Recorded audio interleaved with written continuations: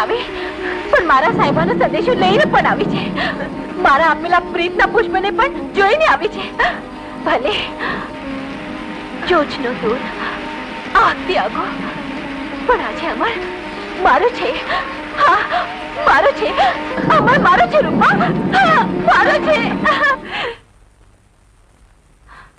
આ બધું શું છે માં? માલણ, તારા સગપણની ચુંદડી આવી છે.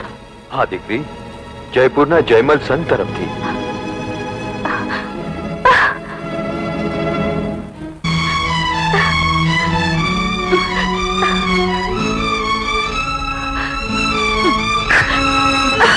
હા દીકરી, હા શું કરે છે બેટા? એ સગપણની ચુંદડી મારા માટે તો કાપડનું ઓઢણું છે ભા. તમે એ ઓઢણાની જોગવાઈ કરી તો એ માટે તમને દીકરીનું મળદું તો જોશે ને.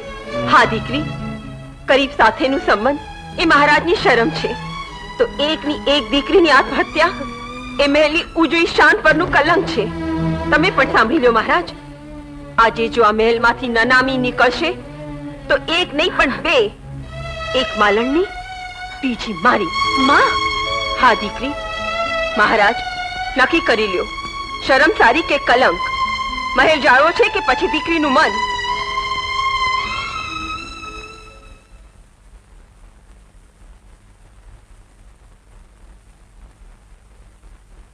કૌર, આજે એક મહારાજાની હાર થઈ છે અને પિતાની મમતાની જીત થઈ છે. આજે મારી દીકરીનું મન જાળવવું છે.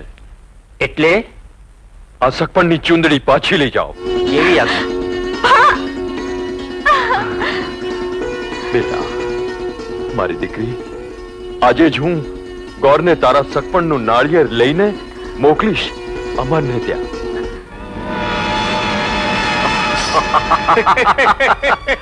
સાંભળ્યું અભયચંદ? મારા વફાદાર સૈનિકોએ શું કહ્યું એ સાંભળ્યું? સાંભળ્યું, બરાબર સાંભળ્યું.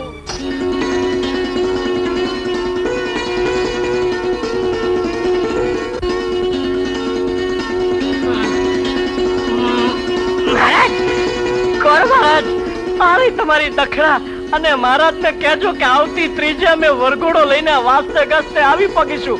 આવજો ત્યારે. કોણ છો તમે?